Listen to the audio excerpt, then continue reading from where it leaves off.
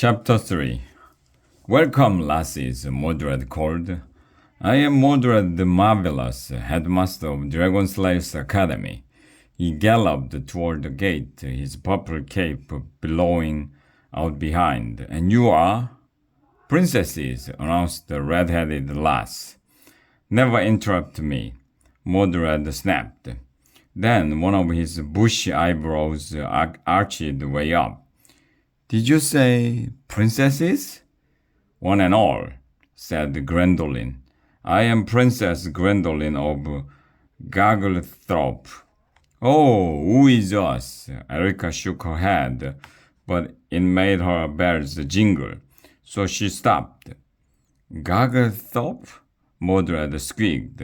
That is a big kingdom, very big, and very rich. Very, said Gwendolen. We all went to Princess Prep. Now we want to go to DSA. The other princesses nodded. So you shall, Mordred sped to his throne-like chair and sat down. Come, fork over I shall sign you up and collect your tuition. He unrolled his scroll. The princesses scampered over to him. Gwen stepped up first. How much, headmaster? She asked. 7. Mordred stopped.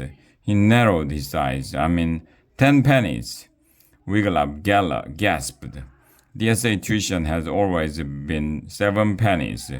Anger's mom had paid his 7. But 10 pennies? That was a fortune. Gwen began emptying her fancy red and white bag. Wiglaf watched, amazed, as she pulled out a fancy gold brush and comb.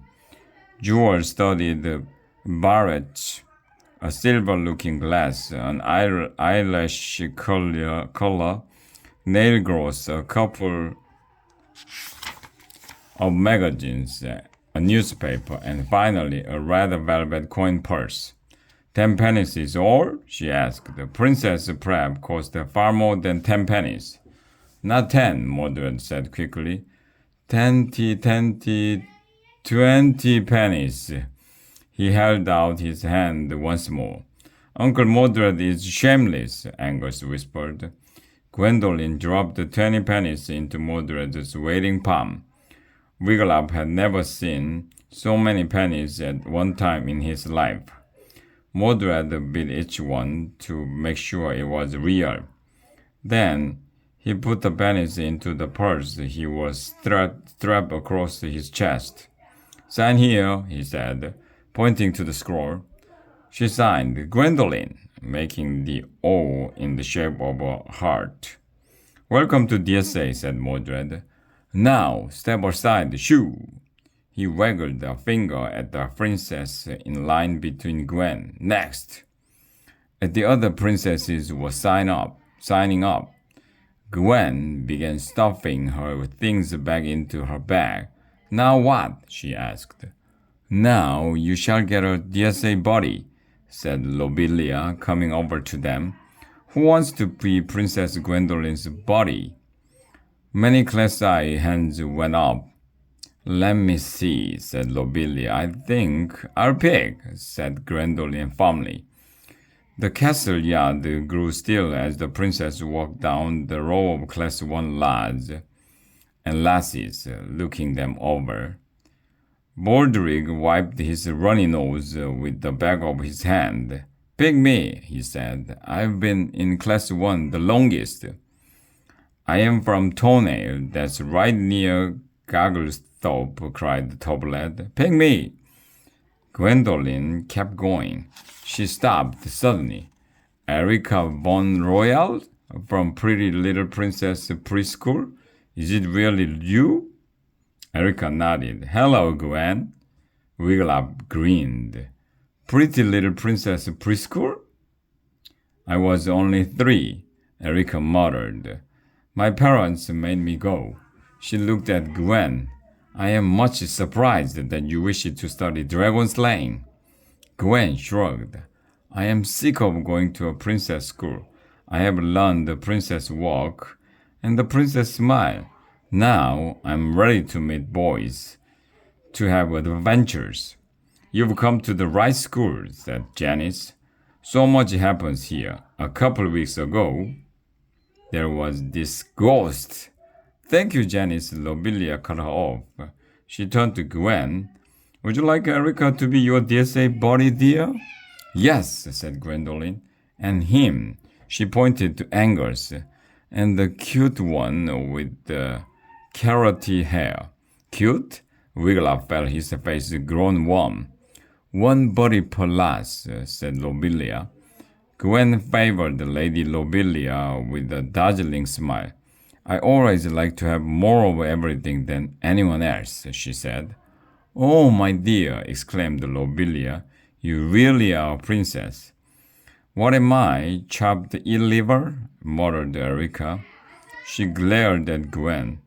Buddies, chirped Lobelia. Take the princess over to meet her teachers. Wait, Lady Lobelia, said Erica. First, I must ask the new lasses a most important question. Everyone moved closer to hear Erica's question. Even Mordred, weighed down by his bulging purse of pennies, lumbered over to hear what Erica had to say. Erica began turning around. She jingled softly. What do you think of this new uniform? Wiggler could tell she thought that they would all hate it. Gwen kept her eyes fastened on Erica's until she had turned all the way around. Then she ran up to her and straightened the fluffy bow under her chin. She stepped back to study the change. The other princesses looked to Gwen to speak for them. I personally would never wear the helmet, said Gwen at last. Lady Lobelia gasped. Erica grinned. But the rest of the uniform, said Gwen, is fabulous. What? Cried Erica. Yes, exclaimed Lobelia. That is the very word I used to describe it myself. Are you jesting, Gwen? Cried Erica.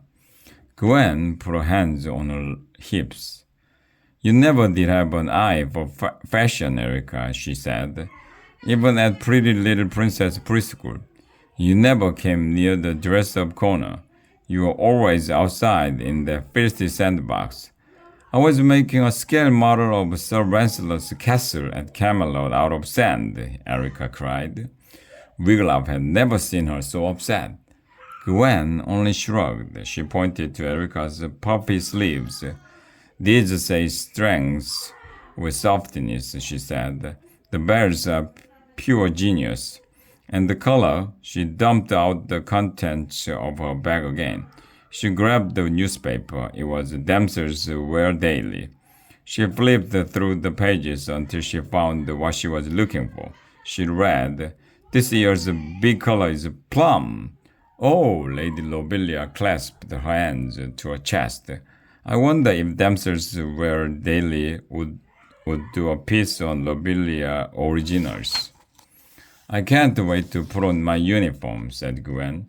She began tossing her things back into her bag. Now, Mordred said, let me see that paper of yours. Gwen handed it to him. Mordy, shrieked Lobelia, this is no time to read the paper. Go count your pennies. Hush, sister, Mordred waved her way. I took out an ad in Damsel's Wear Daily saying that lassies are welcome at DSA. I want to see if it ran. No, Uncle, Angus ran over and snatched the paper from his uncle's hands. It's time for the picnic. Mordred grabbed it back and stared at the front page. The castle yard grew still. Mordred did not move a muscle. He was as still as a stone statue. Then his purple eyes began to bulge. I think Uncle Mordred just found out that it's Friday the 13th, said Angus. The headmaster's mouth opened and shut. No sound came out. Alas and alas! Cried Lobelia. The newspaper fell from Mordred's hand. He let out a blood-chilling yell, jumped up, and ran screaming into the castle.